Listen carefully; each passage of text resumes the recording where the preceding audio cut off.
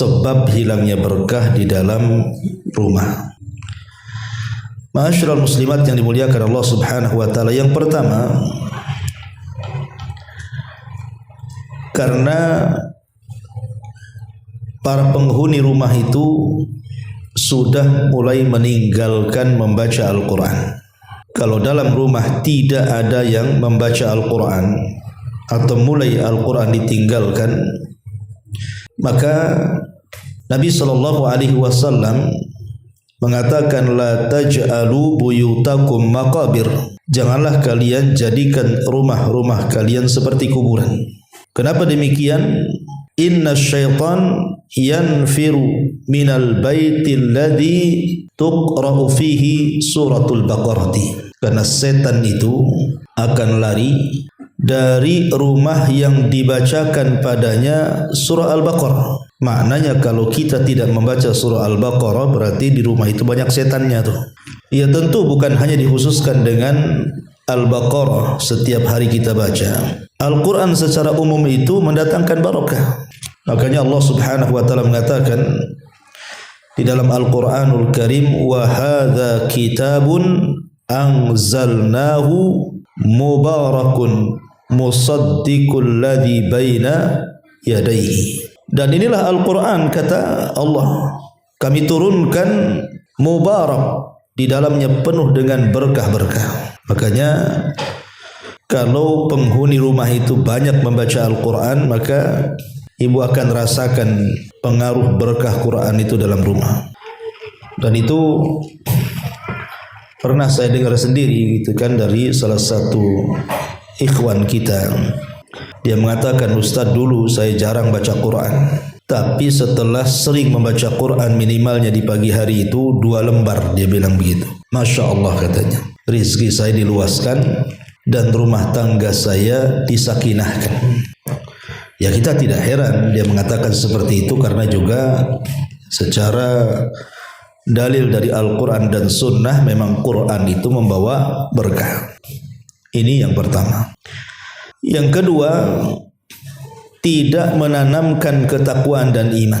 Di dalam Al-Quranul Karim Allah Subhanahu wa taala mengatakan, walau anna ahlal qura amanu wattaqaw la fatahna alaihim barakatim minas sama'i wal ardh. Kalaulah seandainya penduduk negeri ini mau beriman dan bertakwa, tentu kami akan bukakan kepada mereka berkah dari langit dan dari bumi. Maknanya kalau seandainya penghuni rumah itu berusaha untuk terus meningkatkan takwa dan imannya, seperti yang dilakukan Nabi SAW kepada keluarganya.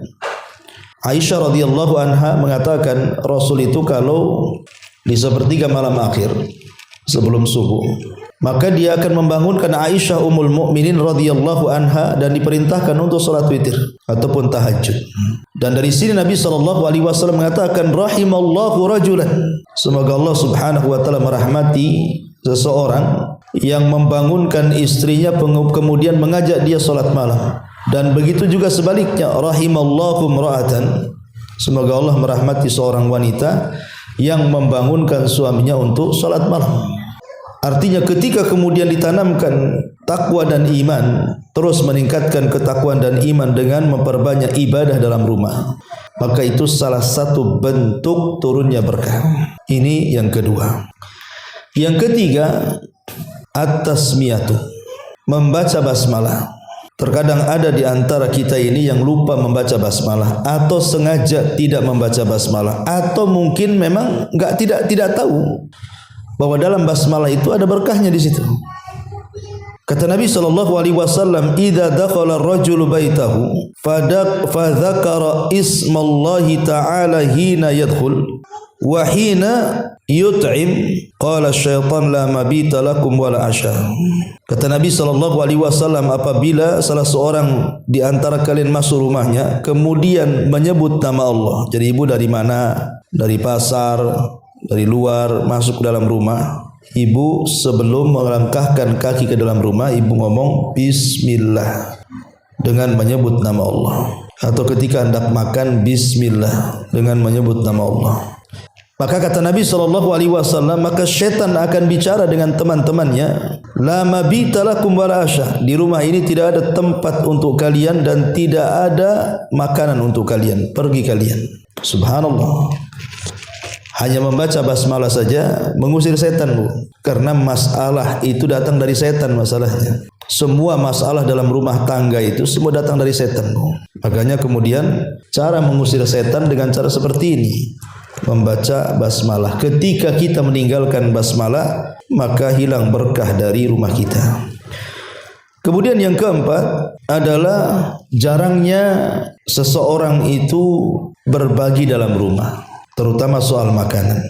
Nabi SAW mengatakan, ta'amul itsnaini kafi ats-tsalatsa wa ta'amul tsalatsati kafi al-arba'ah. Makanan 2 orang itu sebenarnya cukup untuk 3 orang, dan makanan 3 orang itu cukup untuk 4 orang. Kata para ulama, apabila kita mau berbagi makanan di dalam rumah kita ini, entah dengan tetangga sebelah, entah dengan tamu, entah dengan fakir miskin, anak-anak yatim, kan gitu ya, maka itulah salah satu yang mengundang berkah, berbagi makanan. Ini yang nomor 4. Yang nomor 5, hilangnya berkah itu karena makanan yang dimakan oleh orang-orang yang di dalam rumah itu terkadang tidak memperhatikan halal haramnya, main makan saja. Di mana Rasulullah SAW mengatakan, innallaha thayyibun la yaqbalu illa thayyibah. Allah itu maha baik, tidak menerima kecuali yang baik-baik. Maka harta yang haram tidak akan diberkahi. Harta haram itu tidak akan diberkahi, karena selain daripada doa-doanya ditolak oleh Allah Azza wa Jalla, maka tidak ada berkah yang masuk ke dalam rumah itu.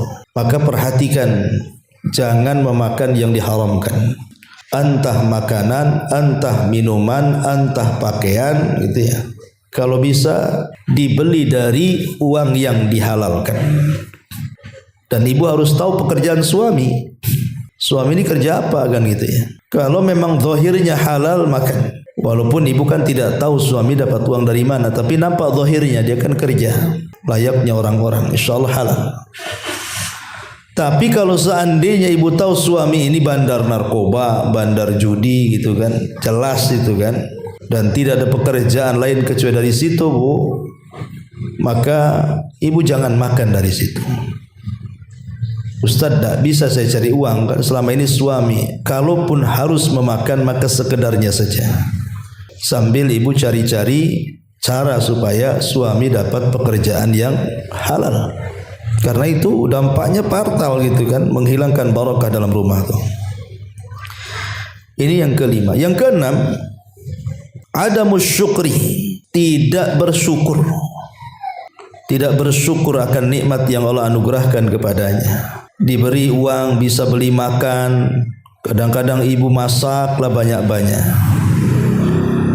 Nanti yang dimakan itu tak banyak, yang dibuang pula lebih banyak. Dikasih pun tidak. Beli pakaian banyak-banyak kan gitu. Ibu pun tidak pakai pakaian sekali pakai 10 rangkap kan, Bu. Ngapain juga 10 rangkap dipakai, haredang lah kan itu. Terkadang ada yang mungkin 10 tahun yang silam itu nggak pernah dipakai-pakai, ya ngapain coba? Pakaian 10 tahun dalam lemari itu kasihkan orang lah. Kalau memang nggak dipakai. Kadang-kadang kita ini tidak bersyukur, memubazirkan sesuatu, membuang makanan, membuang minuman, membuang uang dan begitu seterusnya. Ini hilang berkahnya nanti. La in syakartum la azidannakum wa la in kafartum inna adzabi lasyadid. Kalau kalian bersyukur, ku tambah nikmatku. Tapi kalau kalian kufur, ku sediakan azabku, kata Allah. Dan azabku sangat pedih. Ini yang nomor 6. Yang nomor 7. Hilangnya berkah karena adamu istiqadhihi minan naumi an yubadir adamu tabkir fistaiqidhihi minan naumi. Tidak berpagi-pagi ketika bangun dari tidur. Sudah saya jelaskan apabila kita menjelaskan tentang keutamaan 1 jam setelah subuh kan, Bu. Nabi SAW mengatakan, Allahumma barik li ummati fi bukuriha. Ya Allah, berkahi umatku di waktu paginya. Karena waktu pagi adalah waktu berkah. Jangan sampai ketika berkah turun kita tidur. Jangan sampai ketika berkah turun kita pula lalai. Manfaatkan waktu turunnya berkah itu dengan berzikir, berdoa, baca Quran kan itu kan. Supaya ketika turun berkah itu betul-betul kita dapat berkah. Makanya Imam Ibnul Qayyim rahimahullahu taala mengatakan, orang yang membiasakan tidur setelah subuh sampai terbit matahari, hilang berkahnya. Hilang berkah dalam keluarganya, hilang berkah dalam kehidupannya, hilang berkah dalam pekerjaannya, dan nanti akan banyak masalah dalam hidupnya tuh. Makanya jangan sampai kemudian kita melalaikan waktu yang jelas-jelas berkahnya itu. Ini yang nomor 7. Yang nomor 8, kasrat adamu al-istighfar. Jarang membaca istighfar. Allah Subhanahu wa taala berfirman, "Faqul tastaghfiru rabbakum innahu kana ghaffara. Yursilis samaa 'alaikum midrara wa yumdilkum bi amwali wa banin wa yaj'al lakum jannati wa yaj'al lakum anhar." Maka aku katakan, kata Nuh kepada kaumnya, perbanyaklah istighfar kepada Rabb kalian, sebab dengan istighfar itulah Allah akan menurunkan hujan kepada kalian, akan menambah harta kepada kalian, akan menambah keturunan kepada kalian, dan Allah akan jadikan kebun-kebun dan juga sungai-sungai. Lihat bagaimana dahsyatnya istighfar, menjadikan sebab turunnya hujan, menjadikan sebab berlimpahnya kekayaan dan keturunan, dan menjadikan sebab kesuburan. Maka kalau ingin dapat berkah dalam rumah, perbanyak istighfar. Astagfirullah, astagfirullah, astagfirullah. Nah itu Bu ya. Karena istighfar sendiri artinya adalah kita meminta kepada Allah agar aib kita itu ditutup oleh Allah. Betapa banyak orang-orang yang dibuka aibnya, yang tadinya dihormati Bu, jadi dihinakan. Yang tadinya dimuliakan jadi direndahkan. Yang tadinya orang bicara dengan kita jadi ditinggalkan. Itu kalau aib kita ketahuan tetangga kita. Oh, rupanya si Anu nampaknya saja pakai cadar ya, rupanya lebih dahsyat dosanya dibandingkan yang telanjang katanya. Jadi kan repot Bu ya. Jadi dengan memperbanyak istighfar itu Bu, aib-aib kita dalam rumah kita itu tidak akan ditampakkan oleh Allah. Jadi orang memandang kita itu tetap baik. Kemudian yang kedua, mana istighfar itu kita meminta ampun kepada Allah agar dosa-dosa yang kita lakukan di dunia tidak diadab di akhirat. Jadi istighfar itu sendiri manfaatnya besar, ya kan? Menutup aib kita dan menghapuskan dosa-dosa kita. Lebih daripada itu, dengan memperbanyak istighfar itu akhirnya apa? Allah mudahkan semuanya. Suami kerja Allah mudahkan gitu ya. Pekerjaan ibu Allah mudahkan, anak-anak sekolah Allah mudahkan. Hanya memperbanyak astagfirullah itu kan berkah Bu ya. Tapi orang yang jarang istighfar nggak akan dapat perkara-perkara seperti ini. Kemudian yang nomor 9, adamu at-tawakkul wa akhdhi bil asbab. Kurangnya tawakal. Ketika orang kurang tawakal dan kurang mengambil sebab, maka susah akan turun berkah. Ketika kemudian ibu tidak pernah bersandar kecuali kepada selain Allah, suami juga sama, bersandar kepada pekerjaannya, tidak yakin dengan Allah. Ini bahaya ya. Hiduplah sesuai sebagaimana keyakinan kita bahwa rizki kita sudah diatur, usia kita sudah diatur, bahagia kita sudah diatur, celaka kita sudah diatur, semua sudah diatur. Tinggal pasrahkan aja kepada Allah Azza wa Jalla. Sebab orang yang kurang tawakal biasanya rungsep hidupnya Bu. Sakit sedikit ngeluh, gaji nggak cukup ngeluh, ada masalah ngeluh, nggak ada bahagianya tuh nanti. Ya. Jadi sandarkan semua kepada Allah Azza wa Jalla, kemudian ambil sebab.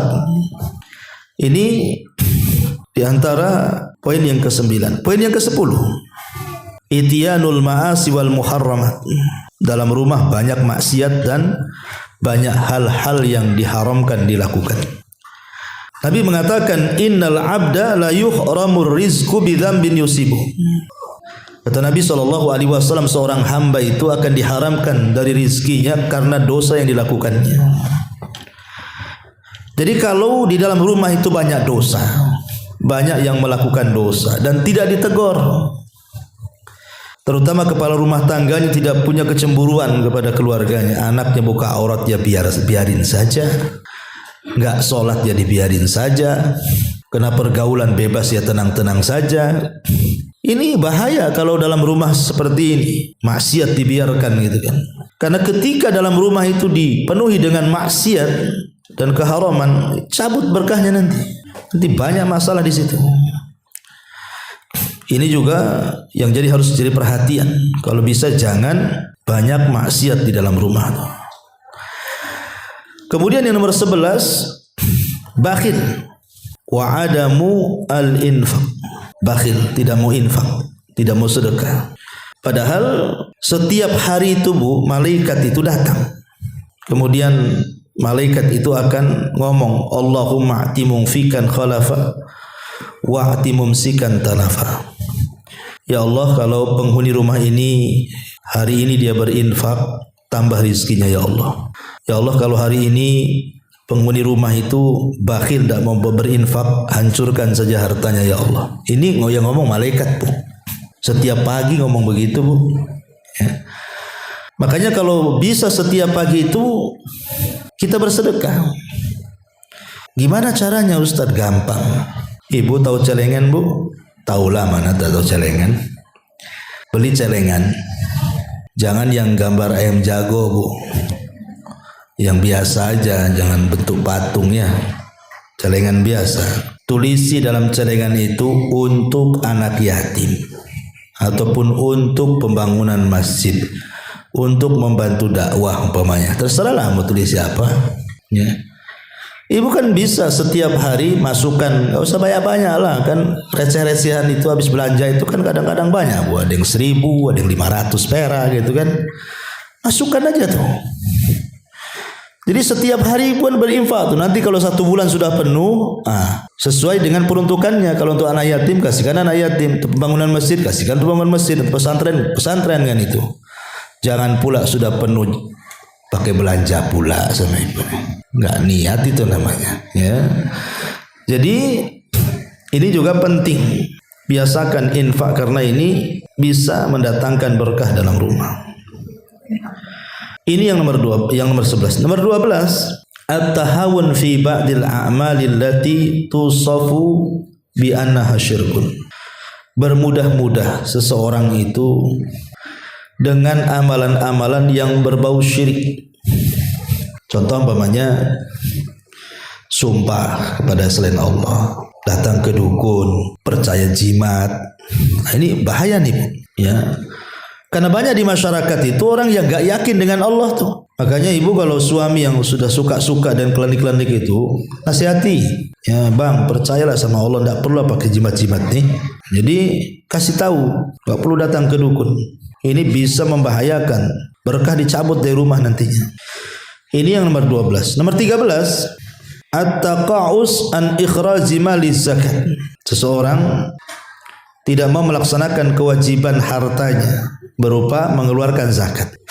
Hartanya banyak, mungkin ratusan bahkan miliaran, mungkin sebagian orang itu punya harta, tapi tidak ingat zakat tuh. Setiap tahun kan ada zakat mal yang harus dikeluarkan apabila sudah mencapai nisab dan haul.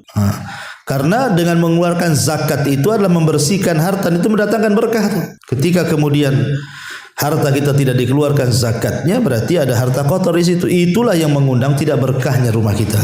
Ini yang ke-13. Yang nomor 14, at-tanasi fadlillahi azza wa jalla. Lupa dengan karunia dan nikmat Allah azza wa jalla. Jangan melupakan nikmat yang sudah Allah anugerahkan kepada kita. Terkadang orang dilupakan ketika sudah kaya. Dulu ibu lagi susah gitu ya kan, masihlah baik sama orang, nyapa sama orang. Kemudian setelah Allah robah kehidupannya jadi kaya, jangan lagi nyapa sama orang. Kaca mobil pun tak mau dibawahkan, dibuatnya hitam semua. Cara jalannya aja beda.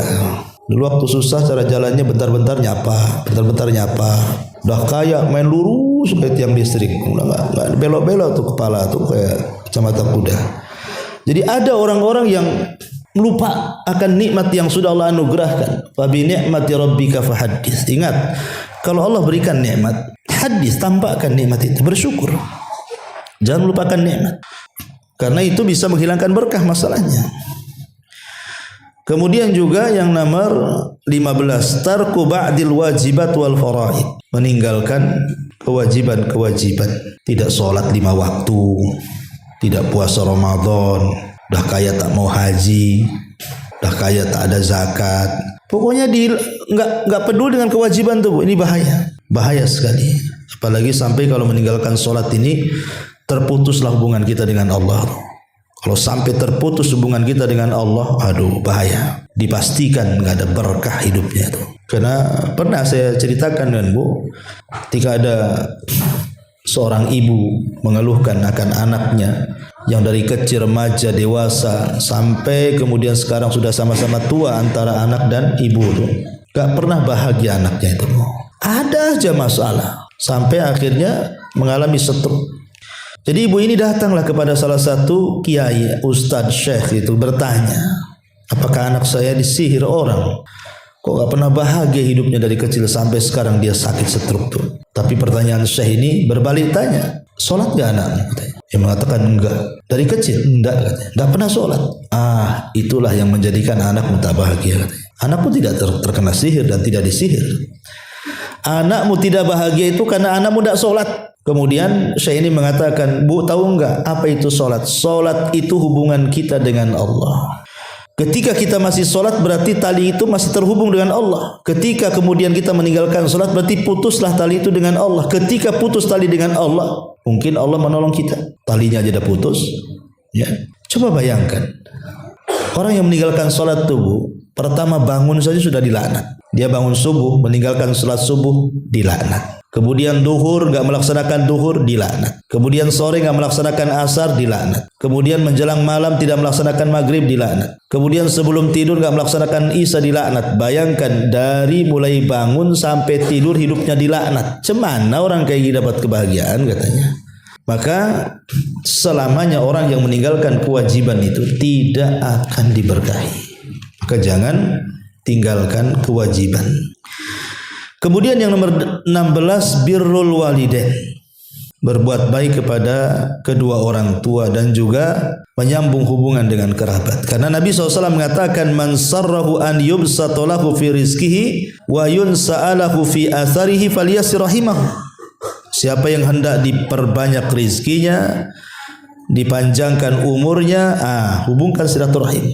Dan itu menunjukkan berkah. Ya, menunjukkan berkah ketika rezeki kita diperbanyak, usia kita dipanjangkan, kan berkah tuh. Ya. Ini yang nomor 16. Yang nomor 17, ad-du'a binailil barakati. Teruslah berdoa. Banyak-banyak berdoa, terutama di waktu-waktu mustajab. Ya Allah, berkahilah hidup saya, suami saya, anak-anak saya, harta saya. Terus begitu berdoa, minta berkah. Karena doa itu silahul mukmin, senjatanya orang yang beriman. Kemudian yang nomor 18, biasakan mengucapkan salam, Bu, kalau masuk rumah tuh. Ustaz, di rumah nggak ada siapa-siapa, apa perlu mengucapkan salam? Perlu. Ibu dari pasar masuk rumah, tahu di rumah kosong nggak ada apa-apa, nggak apa-apa. Assalamualaikum, gitu ya. Nggak ada yang jawab, Ustaz, nggak apa-apa. Kalau ada yang jawab masalah nanti. Ya. Ada malaikat kan ada di rumah kita. Mereka yang jawab. Karena assalamualaikum itu, kata Nabi SAW dalam hadis yang sahih, dia mengatakan kepada Anas bin Malik, ya bunai, idza dakhalta ala ahlika fasallim yakun salamuka barakah alaika wa ala ahli baitik. Anakku, kata Rasul kepada Anas, kalau kau masuk rumah, salam ya. Karena salammu adalah berkah bagimu dan bagi keluargamu. Lihat bagaimana salam ini mau berkah. Kemudian yang ke-19, husnul khuluq wal birru ma'an nas. Jadi hilangnya berkah adalah adamu husnul khuluqi, tidak baik akhlaknya dan tidak banyak berbuat baik kepada manusia. Karena orang yang tidak baik akhlaknya, Bu, pasti tidak disukai orang, Bu. Pokoknya ibu suka mencaci, memaki, melaknat gitu kan. Suka nyakiti orang. Pasti orang yang disakiti itu pasti akan mendoakan keburukan kepada ibu kan. Mati aja lah ibu itu. Kenapa? Aduh, sakit aku katanya. Kenapa sakit? Tah omongannya itu katanya. Aku digigit tawon aja masih tahan katanya. Itu omongan dia, seminggu nggak sembuh-sembuh katanya. Repot boy kan. Dilaknat akhirnya sama orang kan. Didoa-doakan mati, didoakan hancur. Gimana hidupnya mau berkah coba? Tapi kalau akhlaknya baik bu, masya Allah. Jangankan hidup, mati aja dipuji-puji orang. Sayang ya, itu orang baik loh. Kenapa? Apa memang orang baik memang cepat mati ya? Nggak ada gitu ibu ya. Ya. Kenapa nggak tetangga sebelah aja tuh yang mati itu? Kenapa? Wah itu pantas untuk mati. Tapi kok tak mati-mati pula katanya. Subhanallah kan. Ya jadi ini penting bu. Akhlak yang baik itu membawa berkah. Kemudian juga yang nomor 20. Adamu husni tadbiril waqti wa tanzimi mimma yuaddi ilal barakati fi. Tidak menata waktu. Ibu hidupnya serabutan bahasanya. Kalau ibu bisa menata waktu, ibu saya harus bangun nih. 2:30 saya harus bangun, pasang alarm, bangun. Kemudian nanti selepas subuh saya nggak akan tidur baca Quran. Nanti jam sekian nanti saya harus sholat duha. Nah, gitu maksudnya menata waktu. Ini kalau orang menata waktu bu berkah hidupnya. Tapi kalau orang serabutan hidupnya, ya waktu itu ya datang pergi ya seolah-olah nggak ada faedah bagi dia. Pada Allah Subhanahu wa taala banyak bersumpah dengan waktu dalam Quran itu. Sebenarnya waktu itu sesuatu yang sangat luar biasa bagi seorang mukmin. Karena lewat saja 1 hari tidak bisa dibalikkan. Sementara 1 hari yang akan datang belum tentu kita dapat. Yang memungkinkan ya sekarang ini yang kita hadapi. Kira-kira apa yang bisa kita lakukan? Ma'asyiral muslimat yang dimuliakan Allah Azza wa Jalla. Ini yang ke-20. Yang 21, ziaratil ahli wal asdiqa. Biasakan berziarah, mengunjungi keluarga, kerabat yang dekat-dekat lah kan ya. Karena ini bagian daripada silaturahim, dan tadi keutamaan silaturahim menambah harta dan juga usia. Kemudian yang nomor 22, ta'wid, adamu ta'widil lisan ala kathratil hamdi wa syukri lillahi ala ni'amihi allati la tu'addu wa la tuhsa bil istimrar. Tidak membiasakan lisannya memperbanyak alhamdulillah wa syukru ala ni'matihi, dan syukur kepada nikmat. Jadi kalau bisa bu, apapun bu, ucapkan alhamdulillah. Sedikit banyak alhamdulillah. Ibu sakit alhamdulillah. Ibu sehat alhamdulillah. Ibu susah alhamdulillah. Ibu senang alhamdulillah. Ibu seret alhamdulillah. Ibu lapang alhamdulillah. Alhamdulillah ala kulli hal. Katakan alhamdulillah. Karena orang yang suka membaca alhamdulillah ini mendatangkan berkah. Gimana Ustaz? Masa sakit alhamdulillah, susah alhamdulillah. Bukan alhamdulillah karena sakitnya, bukan alhamdulillah karena susahnya. Maksudnya alhamdulillah karena sakit itu karena kita memandang orang lain. Alhamdulillah, saya kan baru sakit gigi Ustaz, tetangga ginjal. Itu maksudnya kan. Itu maksudnya mensyukuri nikmat yang masih ada. Alhamdulillah ya suami saya masih bisa bekerja lah walaupun kena PHK. Itu yang sebelah itu udah 5 tahun tak kerja tuh. Jadi kita bersyukur, maksudnya seperti itu. Itu yang dimaksud mengucapkan memperbanyak alhamdulillah itu. Kemudian juga memperbanyak hilangnya berkah itu karena adamul amanati wasidqi, hilangnya amanah dalam keluarga, hilangnya kejujuran dalam keluarga. Ketika suami sudah tidak amanah menjadi kepala rumah tangga, ketika istri sudah tidak amanah menjadi istri, tidak tahu hak dan kewajibannya, ketika kemudian anak-anak yang merupakan titipan juga dibiarkan tidak ada amanah untuk menjaga mereka, mendidik mereka, membesarkan mereka dan begitu seterusnya, atau harta yang dititipkan juga tidak amanah dengan tidak memberikan sedekah, hak sedekahnya, hak zakatnya dan begitu seterusnya, pokoknya tidak amanah. Ini hilang berkahnya. Kemudian juga yang nomor 24, at-ta'amul birriba. Banyak memakan harta riba. Kalau di dalam rumah itu banyak makan riba bu, bermuamalah dengan riba itu hilang berkahnya tuh. Makanya Allah Subhanahu wa taala ketika bicara soal riba, Allah mengatakan apa? Yamhaqullahu riba wa yurbis shadaqah. Allah akan menghilangkan berkah riba dan Allah akan memberkahi sedekah. Hilang berkahnya.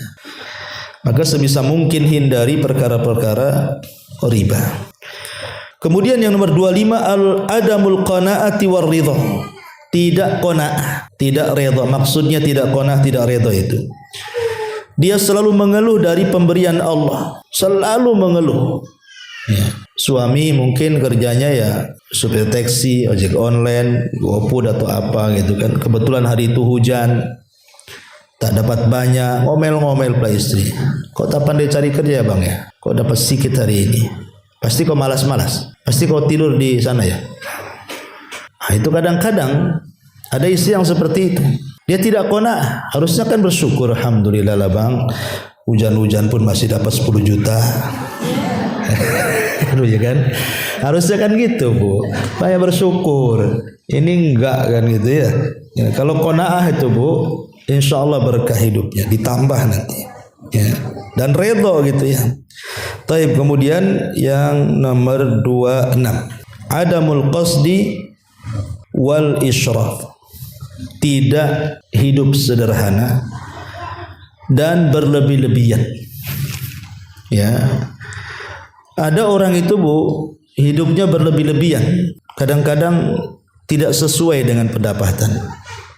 Makanya kenapa Umar bin Khattab radhiyallahu anhu pernah menegur Jabir bin Abdullah. Jadi Jabir ini ke pasar beli daging. Lewat sama Umar. Kata Umar, kau dari mana Jabir? Dari pasar wahai Amirul Mukminin. Ngapain? Beli daging.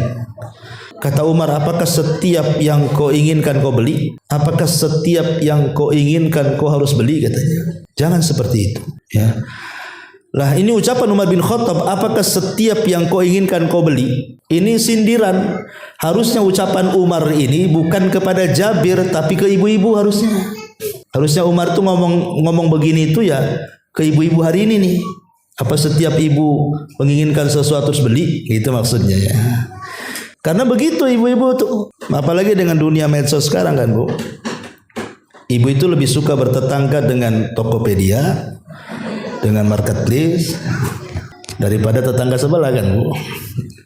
Karena itulah hari-hari di situ, browsing itu aja tuh kerjanya. Akhirnya setiap yang dikehendaki ya mulai berpikir tuh, harga cocok nggak nih, bahan dah cocok. Mulai dia pikir, nguras otak gitu kan, ngumpulin duit. Tidak semua yang kita inginkan harus dibeli. Betapa banyak sesuatu yang kita inginkan kemudian kita beli, nyesal pula belakangan. Dan pernah saya alami bu, dulu gitu ya.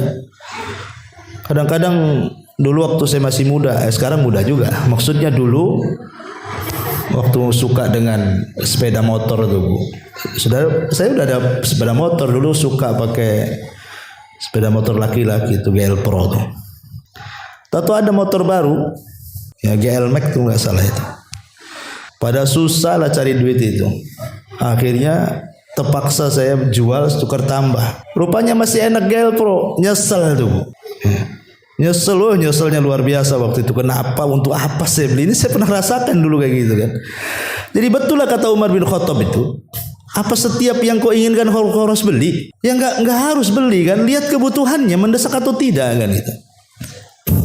Ini makanya sekarang hidup di zaman sekarang ini luar biasa.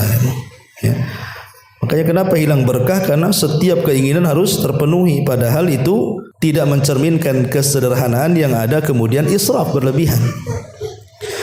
Kemudian yang nomor 27, adamud du'a wal luju ilallahi azza wa jalla. Ya. Sedikitnya berdoa dan kembali kepada Allah Subhanahu wa taala.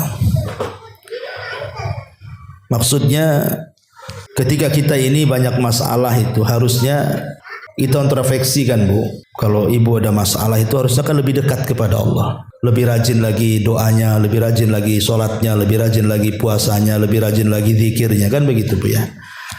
supaya persoalan itu hilang nanti, diurai. Yang ada enggak, kalau ada masalah itu tidur aja ibu, atau jalan kemana gitu kan. Salah, kalau ada masalah harusnya perbanyak ibadah. Makanya Nabi SAW satu hari keluar, entah siapa yang melangkahkan kaki Nabi tiba-tiba menuju ke masjid di luar jam sholat di waktu duha, nggak ada orang di masjid.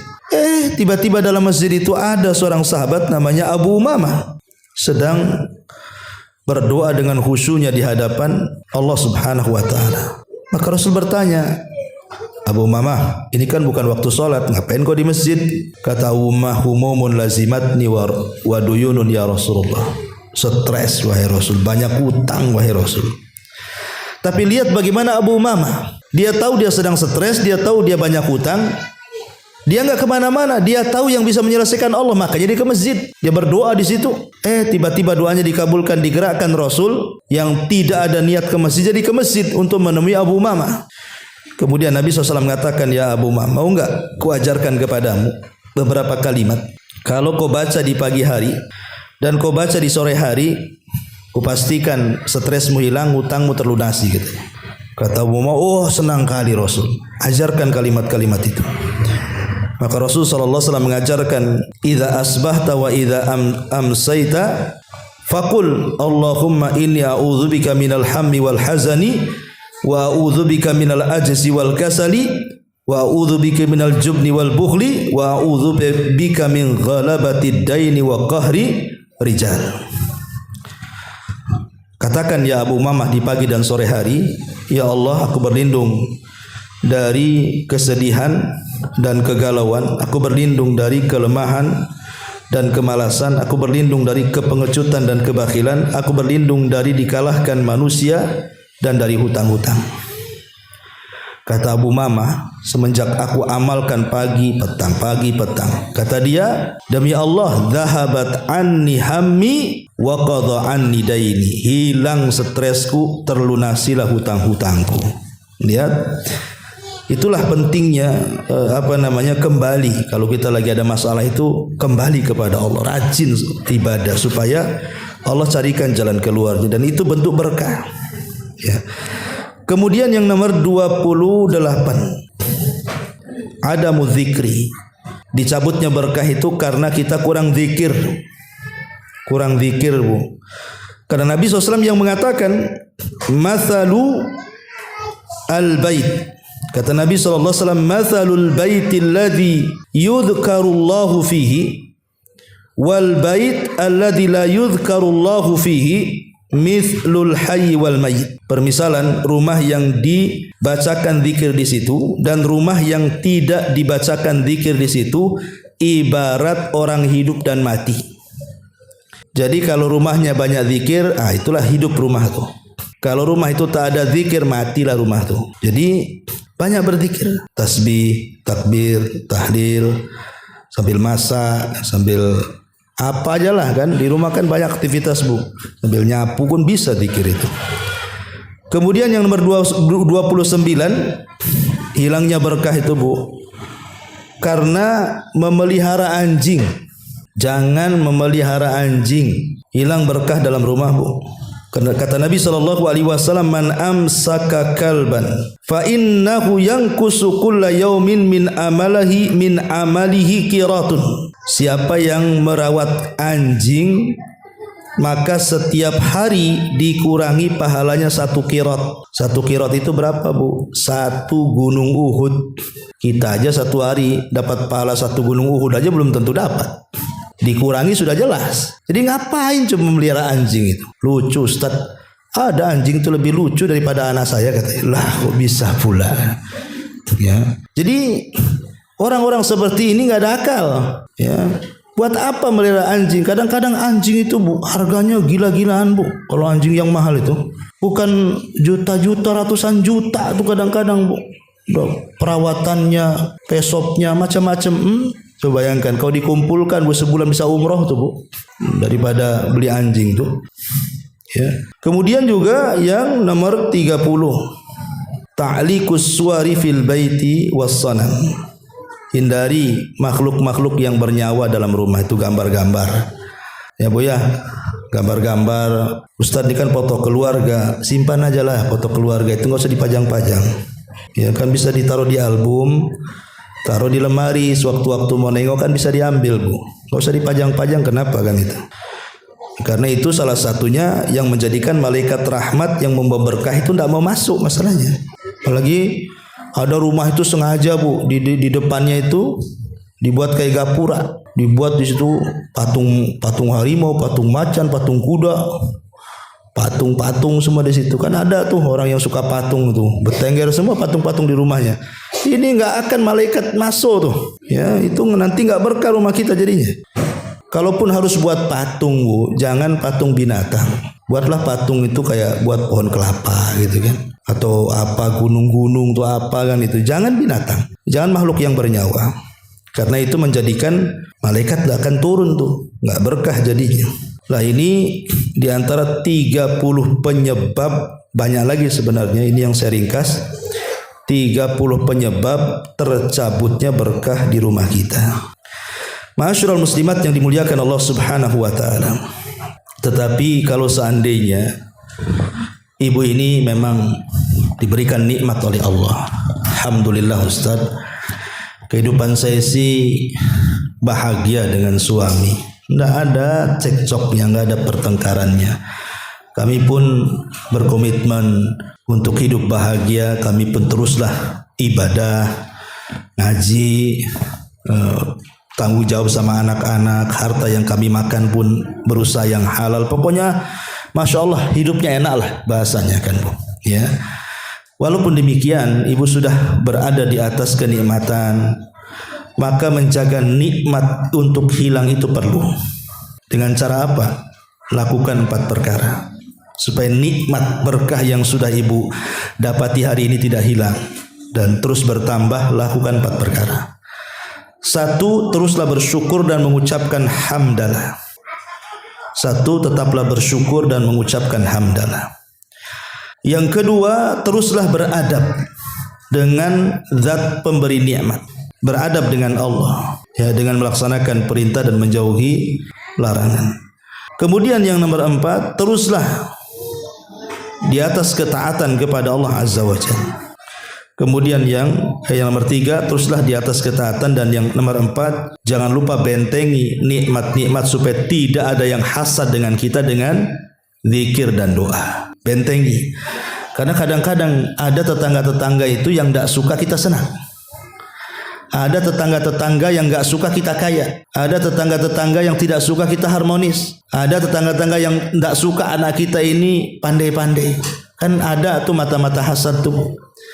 Maka supaya mata-mata hasad, mata-mata dengki itu enggak sampai merusak nikmat kita, maka bentengi dengan zikir, dengan doa, Masya Allah la quwata illa billah, atau apalah zikir-zikir supaya nikmat itu dan berkah itu tetap. Ya, wallahu a'lam.